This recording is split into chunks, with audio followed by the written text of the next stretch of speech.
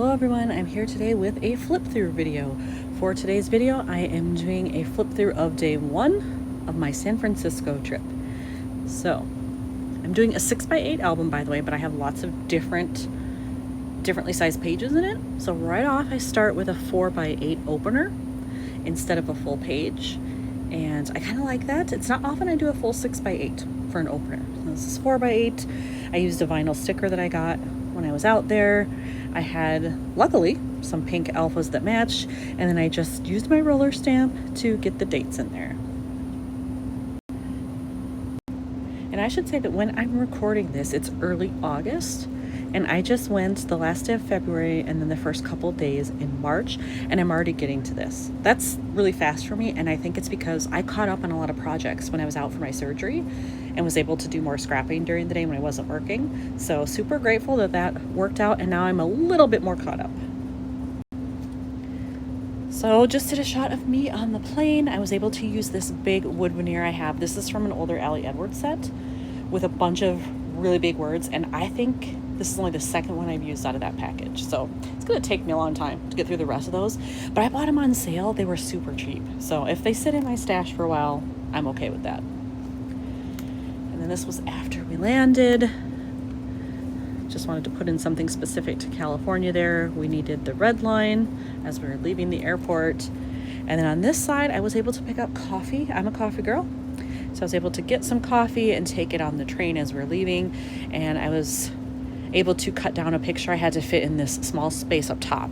Normally when I use these page protectors, I would put sequins in the smaller portions most of the time, but here like that just didn't fit with the vibe of this. That's not what I wanted. So I just cut down a photo, and luckily that worked. On this side, I just wanted to do some city shots of the pretty buildings that were near where we stayed. And I've had this piece of ephemera for a couple of years, and I've just been holding on to it until the right thing worked. And I think it fits here because it even has palm trees, and we were downtown. There were palm trees there since it was California. Like, I just felt like a lot of the things on there worked for this layout. So this was us dropping our bags. We actually stayed at a hostel. We stayed at the High Hostel, H-I. They are somewhat of a chain around the United States. I can't remember if they're in Canada or any foreign countries. I don't remember. But I've stayed in quite a few of them around the US. And I had never stayed in this one before. And it was actually my friend that went with me. This was actually her first time in a hostel ever. So it was really a fun experience, and we had a private room with a huge bathroom. That was the biggest bathroom I've ever seen in any hostel I've stayed in. So if you're curious about trying a hostel, perhaps go to San Francisco, stay in theirs there. I think you will have a great experience. So once we dropped our bags, we were off into the city to see as much as possible on our first day. So you can see the first thing we did was we rode a cable car. And I got lucky that I found this vinyl sticker, so I wanted to include that. And it had such a variety of colors in it, it actually worked out really well because it matched with what I was wearing. It matched with the cable car, the photos that we had. I had some purple phrase, or it was a long phrase I cut in two, that would match with this. So it all came together really well. So we took the cable cars and we went down to Fisherman's Wharf. We knew that was part of what we wanted to do on the first day because later on in the day, we were doing a cruise out to Alcatraz, and it left from Fisherman's Wharf. So we needed to be down there anyway. So it made sense to go down there and just explore. So we found this place, the Musée Mécanique. Very like old Wurlitzers were in there. They had some old video games. They had things that were done like wood mechanics. Things like there was a Ferris wheel in there that was all made out of wood, little sticks glued together. It was definitely unique. So if you go to Fisherman's Wharf and you're like, I don't want to see all, just the touristy things, you could certainly go in here. And then the next thing we did, which was tour the USS Pampanito or Pompanito, however you say it. I got in here free because I have reciprocal membership from the art museum here in the Twin Cities, and this was actually on the list of museums that participate. So I thought, well, if it's right there, we might as well go. And it ended up being really interesting to just go in, be able to walk around inside, see, just how tight the quarters were and all of that. And then I chose to just do a collage here and on the next page because I took so many photos in there. It would have been insane to try to like include them all in regular layouts. So I have a couple of collages here. It really did help me fit in a lot more. And then I just chose ephemera pieces in matching colors. So I tried to keep it very simple. I stamped on that one. And then over here I have my first photo flip up top. There you go. So you can kind of just see we're on board. So I wanted to include that. And then we did do the audio tour. And so I had my headphones with me. My friend did not. So I just put it on my phone. And then we each took one earbud and then we could listen to the audio tour. But I actually have a stamp that says audio tour. So it made perfect sense to use it there. So here we're still at the Pompanito. I have another flip on the other side. Generally, I don't do those back to back. It makes it very bulky. But there really was no other way to do it because I can't use the bottom pocket. Obviously, I can't flip up then because it would be all stuck in the pocket. So it had to be up top, which is fine. But I really tried to avoid that whenever possible. I just kept my embellishments very, very simple since there's a lot going on there. And then when we were done there, we went off to see the rest of Fisherman's Wharf because that's kind of more towards like the western end and we needed to work our way east. So worked out to start there and then go eastward. So here we are more in the main area. And by this time we were ready for lunch. It was very warm outside, even though it was the last day of February. California, the sun's out. So we were thirsty, we were hungry. So we did find a place right along the wharf for lunch. And then these pictures were quite busy. So I had to be careful with what I used. I decided to just do like plain blue, do my journaling there, and then I incorporated blue in other places as well. And then red was the other color that jumped out at me. So I chose to do my embellishments and my ephemera in that. And then this is actually a special insert. I just did a 3x4 because I didn't have enough to like add a whole extra page protector. And I wanted just something visually interesting too. So I chose to just do an attacher and make this its own thing. So on the back side, you could see like what I actually ate, my drink. The drink was not good. And I journaled about that. But the food was good. So that's all right. And then when we were done there, it was off to the famous Pier 39, which has a bunch of shops on it. That's where you go to see the sea lions, all of that. And I loved the flags out front. So I decided to enlarge that photo. I was able to finally use some bigger chipboard words that I had from a set. I still think I have like 7 or 8 words left. Who knows when I'll get to those, but at least I was able to use some of them here. And then part of what we really liked about being down in this area was they had all these different sea lion statues, just decorated, painted in different things, and we loved them. So we hunted down quite a few. And then I just made another collage because I had so many, I didn't want like 4 pages of this.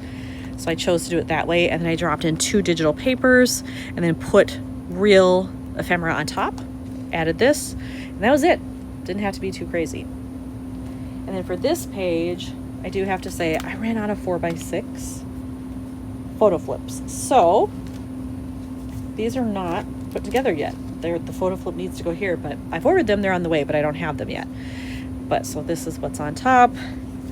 This is a card on the inside, and this is the third card here I have for this. So they're all there. They're just not put together with the photo flip because I don't have one.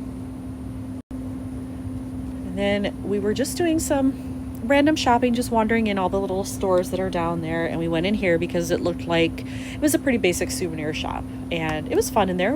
We did buy a couple of things, I believe.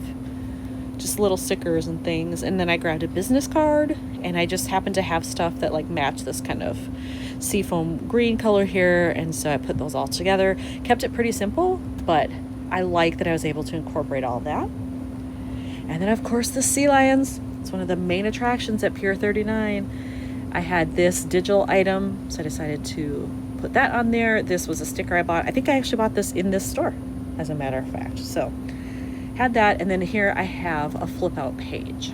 So I have some extra pockets here, which I needed to fit all of those photos. And then I had quite a bit of journaling as well. And then on to this side, we found a Christmas store. So we went in and we were all excited, thinking like, surely we'll find something that says San Francisco that we like, that we can take home. We did not. We did not feel like there was anything super special about this place. It was stuff we had seen before, but maybe they had just printed on it, San Francisco, and we just weren't super impressed. But it was fun to look around. Very colorful, decorated, you know, very nice and all that, but we just didn't buy anything. But I loved the visual stuff, so I wanted to include all of those here. And then I did a fun card. I actually have a digital set that's all stuff related to the movie Elf, and this was one of the cards, so I had to use it.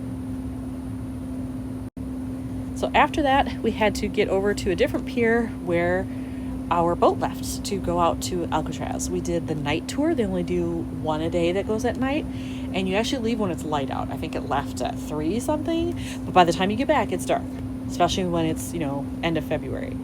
So I had a ton of pictures from out there too, so I had to cut down on what I was using, but I still wanted like a tropical theme on a lot of it because it's sort of odd. Like, you think about the horrible things that happen there and who is imprisoned there, but the island itself is beautiful. It's got greenery, it's got palm trees on, you know what I mean? So it's an odd sort of juxtaposition. And I did buy a couple of things in the gift store. So I have this postcard that said, I spent time in Alcatraz. And then if you brought it to their desk in the gift shop, they stamped it for you. So it actually has the date on it and says Alcatraz. So that's pretty cool. And then this side was just blank, and I didn't like that. So I just threw a little extra embellishment I had on there just to kind of fill the space. And then here I used another postcard that I got, and I chose to just make this a 4x8 because it was perfectly sized to fit the postcard that I bought. So it's quite easy to just embellish this, do a little ink splattering, and then call it good. Then I have several layouts here from the inside of Alcatraz. This is the hallway, the main walkway that they called Broadway, and I happen to have theater stuff that said Broadway on it, so it worked out really well. I chose to just journal on some blank labels that I had. I picked a card that was mostly black and white, and then I didn't like the saying that was underneath this, so I chose to add this chipboard geotag, which fit perfectly. Couldn't ask for better. And then I just threw on this thing, which was actually made for a 2x2 pocket page, but I feel like it works there. I needed some more yellow is what it is. And so it worked out well to incorporate that. And then for this layout, it's a double pager, and I tried to bring this sort of seafoam green color across the whole layout. And I think I was pretty successful with that. Even my embellishments, I was able to find that color. And then I just found some small phrases that were stickers to put on there.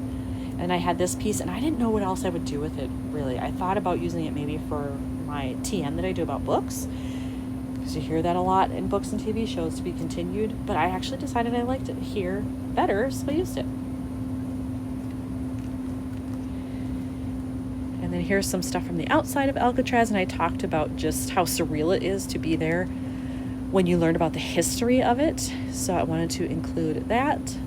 And I did another 4x8 full photo here. I love the juxtaposition. You've got the old part of the building just basically falling down, it's in ruins, and then you have this lush, beautiful plant life here. So it's an odd mix, but I like it. So we were out there for sunset, as you can see. So I have my photos here, just a couple of phrase strips, and then on this side I kind of needed a filler page because I didn't have anything else planned for there, and I remembered I had the patch that I bought. So it worked to have this at the bottom. It's quite large, so it takes up a lot of space too, which helps.